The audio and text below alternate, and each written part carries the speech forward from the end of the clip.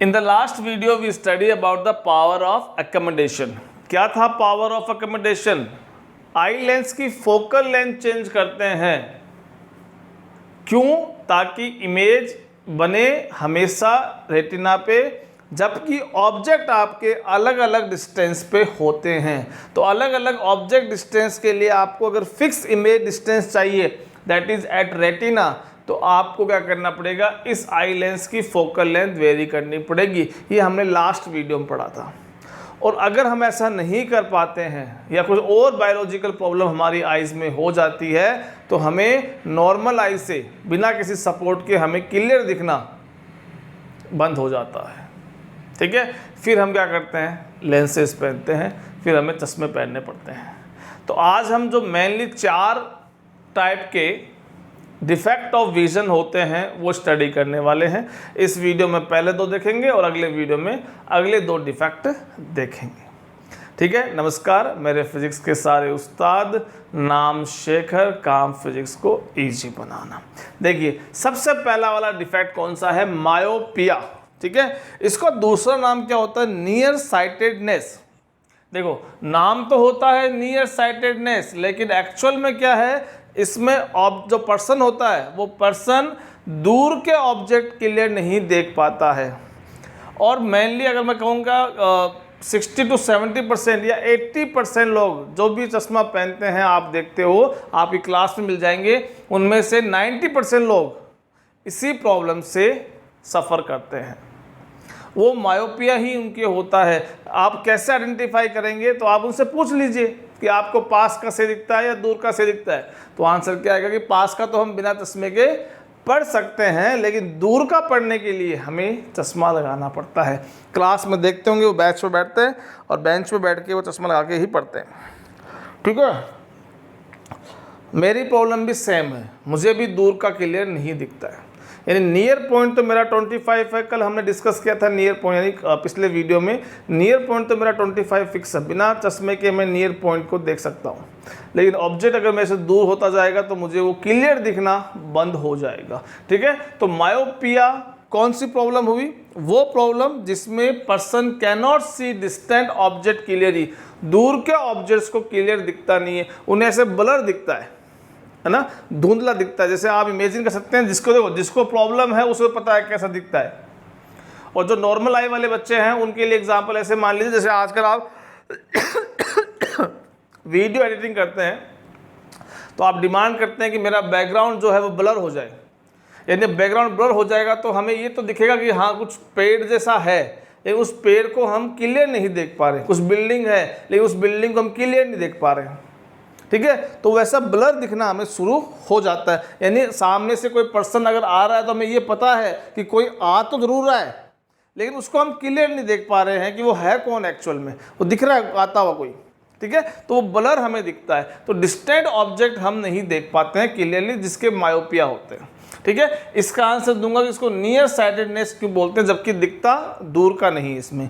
ठीक है, तो इसमें देखो क्या होता है, ऑब्जेक्ट जब पास में होते हैं, क्योंकि देखो मैंने पिछली बार बताया था कि नॉर्मल आई के लिए क्या होता है कि इमेज कहीं भी हो, ऑब्जेक्ट कहीं भी हो, इमेज हमेशा रेटिना में बनती है नॉर्मल आई के लिए। अगर रेटिना पे इमेज नहीं बन रही है तो आपके लिए प्रॉब्लम स्टार्ट हो गई है। आपको अब क्लियर ऑब्जेक्ट दिखने बंद हो गए हैं। अब आपको क्या करना पड़ेगा, अपनी आंखों का चेकअप कराना पड़ेगा और जो भी वो डिस्क्राइब करे वो आपको बताना पड़ेगा। ठीक है, तो देखो इसके अंदर तो जो मायोपिया वाले होते हैं उनको अगर ऑब्जेक्ट पास के देखोगे तो ऑब्जेक्ट पास के हैं तो उनसे ऐसी रेज आएगी और वो सारी की सारी रेज क्या हो जाएगी, आँख के रेटिना पे मिल जाएगी। ऐसा करने से क्या होगा कि उनको वो नियर बाई ऑब्जेक्ट्स तो क्लियर दिखते हैं, क्योंकि फाइनल जो इमेज बन रही है by the eye lens is at retina, वो रेटिना पे बन रही है और उनको क्लियर दिख रहा है। अब प्रॉब्लम स्टार्ट कब आती है, जब वो दूर के ऑब्जेक्ट देखते हैं। फर्स्ट चैप्टर में यानी लाइट रिफ्लेक्शन और रिफ्रैक्शन में मैंने बताया था आपको कि जो ऑब्जेक्ट दूर के होते हैं उनसे रेज पैरेलल आती है। तो जब दूर के ऑब्जेक्ट देखने की कोशिश करेगा तब देखो क्या होता है, तब ये दूर का ऑब्जेक्ट कोई है जिससे ये रेज आ रही है, ये रेज आ रही है, आपका लेंस है, बताया है कन्वर्जिंग टाइप का होता है, कॉन्वेक्स लेंस की तरह बिहेव करता है, और ये क्या करता है, इसको कन्वर्ज करता है, जैसे यहाँ कन्वर्ज किया। अब क्या होगा, जब इनको कन्वर्ज करता है तो करना कहाँ था, यहाँ लाके इसको रेटिना पे कन्वर्ज करना था, लेकिन ये सब की सब रेज क्या हो गई, पहले ही मिल गई। इसलिए पहले मतलब नियर साइटेडनेस, यानी रेटिना से पहले ही उनका क्या हो गया, सबका सब इंटरसेक्शन हो गया। तो इमेज यहाँ बन रही है, अब यहाँ कुछ है ही नहीं, यहाँ स्क्रीन थोड़ी है, इमेज स्क्रीन पे बनेगी, यहाँ पे स्क्रीन पे जब बनेगी, क्योंकि ये रेज तो यहाँ पहुँच गई, लेकिन ऐसे फैली भी पहुँच रही है। अब यहाँ से जो सिग्नल जाएंगे वो क्लियर सिग्नल हमारे ब्रेन में नहीं जाएंगे, और वो क्लियर सिग्नल हमारे ब्रेन में नहीं जाएंगे तो ब्रेन हम उस चीज़ को आइडेंटिफाई ढंग से नहीं कर पा रहा है।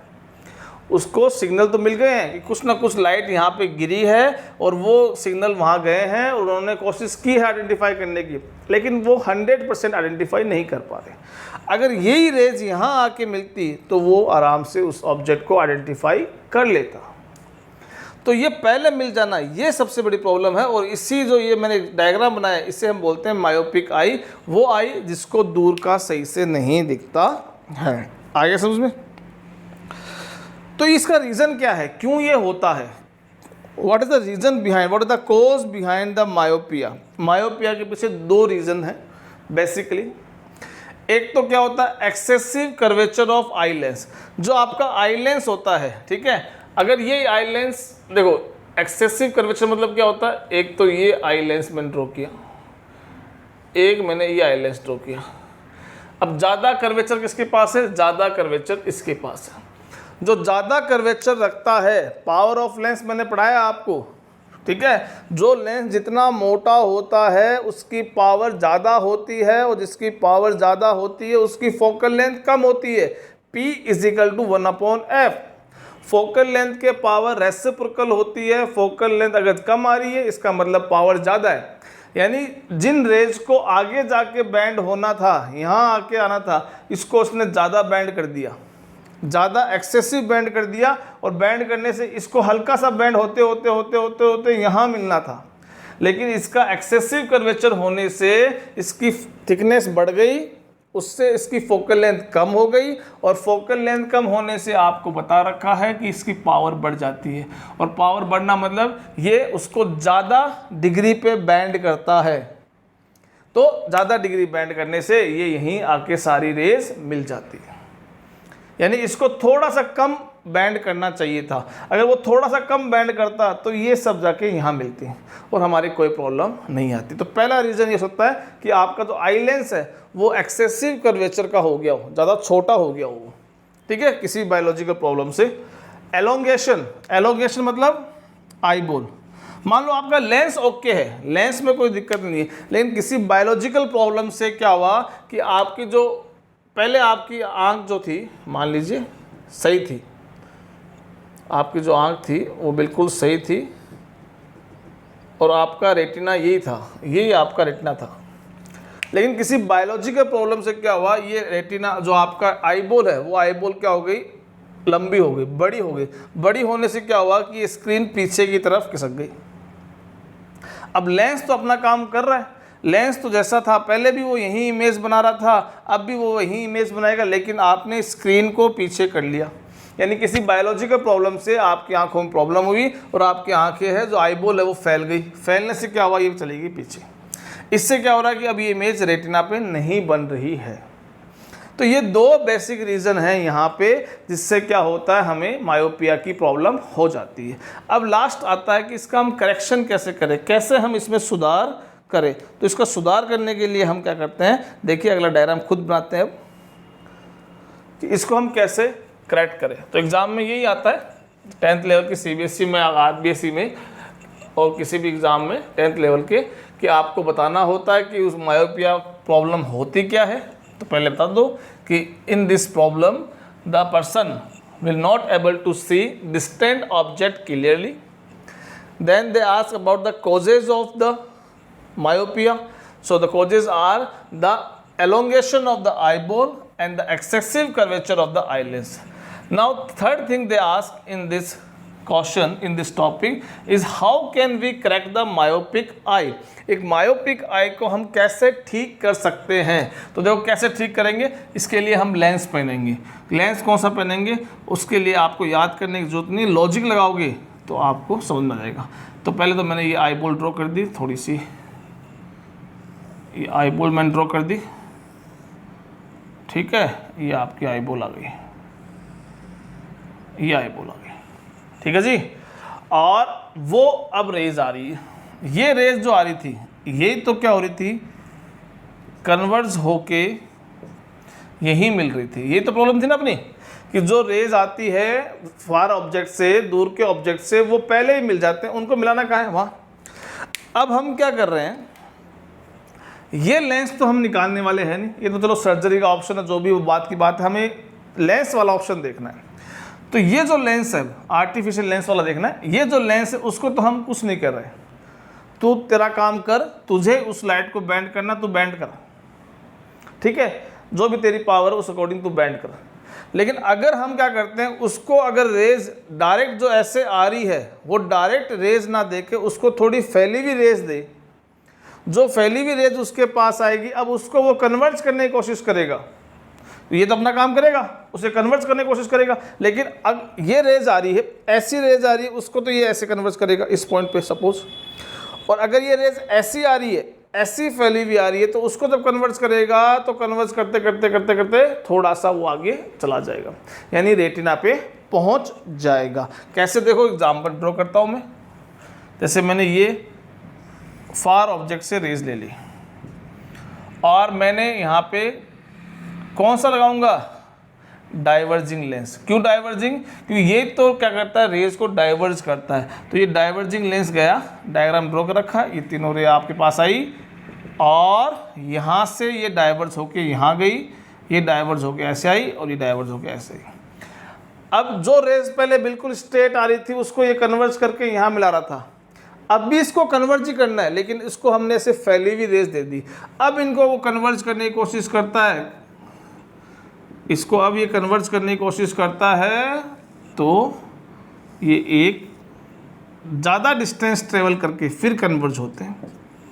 अगर ये रेज ऐसे बिल्कुल पैरेलल आती तो ये यहीं की यहीं कन्वर्ज होती, लेकिन अब ये ऐसे फैली फिर कन्वर्ज होगी, तो इसको कुछ डिस्टेंस और ट्रेवल करना पड़ेगा, और वो डिस्टेंस कहाँ है, हमारी रेटिना पे। तो अब देखो आप ये देखते हो, ये लेंस कौन सा आ गया, जिसे मैंने पहन रखा है, ये चश्मा मैंने पहन रखा है, ठीक है। तो मेरे भी यही प्रॉब्लम है और मैंने भी कॉन्केव लेंस ही एक तरह से पहन रखा है। तो इसका करेक्शन पूछे आपसे एग्जाम में, तो करेक्शन क्या है इस प्रॉब्लम का, कॉन्केव लेंस आपको पहन लेना है, वो पहनते ही आपका करेक्शन हो जाएगा और ये आपका फाइनल डायग्राम बनेगा। इससे आपको अब पहले से क्लियर दिखना शुरू हो जाएगा, ठीक है। तो ये हमारा करेक्शन है कॉन्केव लेंस का, ठीक है। डायग्राम ड्रॉ कर लीजिए। अब दूसरे पे आते हैं।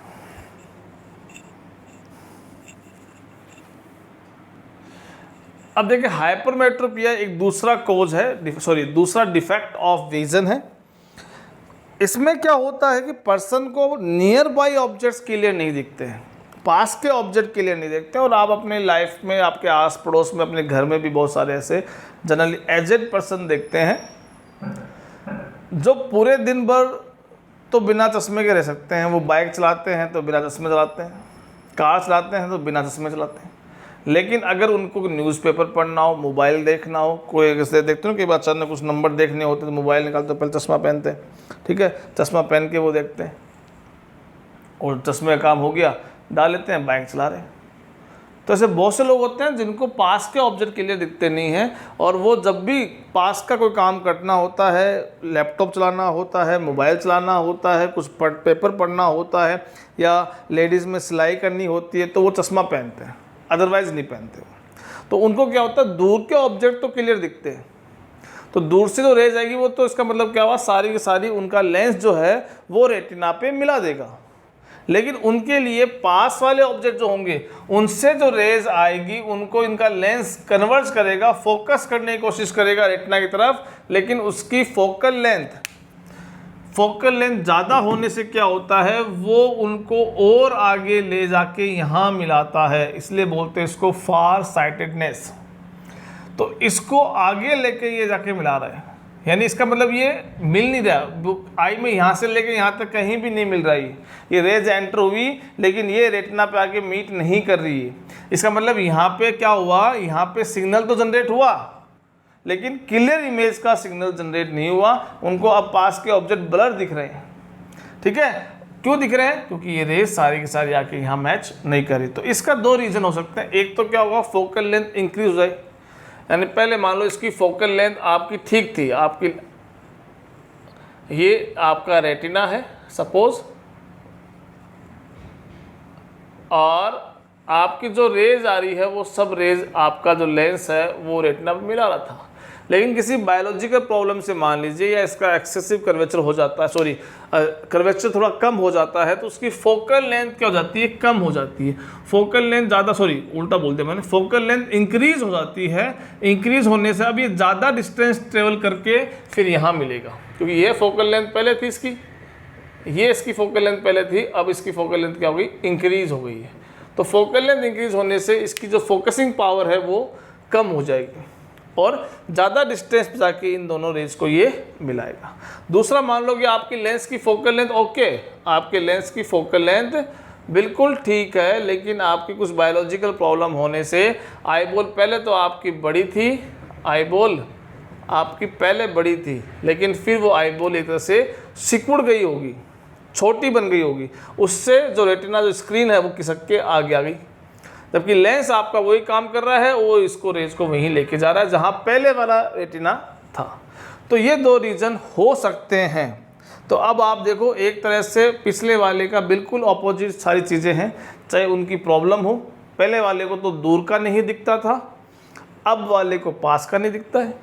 पहले वाले की फोकल लेंथ कम हो गई थी, अब फोकल लेंथ बढ़ गई है। पहले वाले की आईबॉल फैल गई थी, अब आईबॉल सिकुड़ गई है। ठीक है, तो अब जो हम करेक्शन जाएंगे तो करेक्शन में समझ गए आप, यानी आपको ये जो रेज आ रही है इसको सपोर्ट देना है, इसको ये जो रेज है उन रेज को और पहले मिलवाना है, यानी इनको फोकसिंग पावर बढ़ानी है, और ये फोकसिंग पावर मतलब उसकी कन्वर्जिंग पावर बढ़ानी है। तो कन्वर्जिंग पावर बढ़ाने के लिए हम एक दूसरा कन्वर्जिंग लेंस लेके आएंगे, और वो कन्वर्जिंग लेंस कौन सा होता है, कॉन्वेक्स। तो कैसे लगाएंगे हम इसको, ये तो आपकी वो आई हो गई। ठीक है, अब क्या है, वो ऑब्जेक्ट आपके ये रहे, मान लो ये ऑब्जेक्ट था पास का ऑब्जेक्ट जिससे ये रेज आ रही है, ये रेज आ रही है।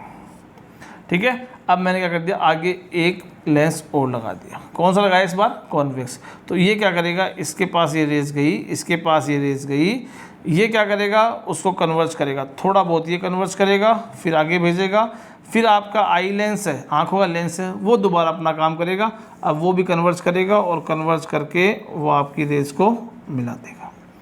तो इस तरह से हम इसका करेक्शन कर सकते हैं। तो करेक्शन के लिए आपको क्या यूज करना पड़ेगा, कॉन्वेक्स लेंस का यूज करना पड़ेगा। ठीक है, तो मायोपिया हाइपरमेट्रोपिया आपको दोनों समझ में आ गए होंगे। डायग्राम को लेके हमारे पास ये दो ही है, अगले दो जो कॉजेज़ हैं वो केवल थ्योरेटिकल है, वो हम कल पढ़ेंगे, यानी अगले वीडियो में पढ़ेंगे, और साथ में ही जो इसके इंटेस्ट क्वेश्चन है वो भी साथ उसी वीडियो में करेंगे। तो मिलते हैं नेक्स्ट वीडियो में। Thank you so much.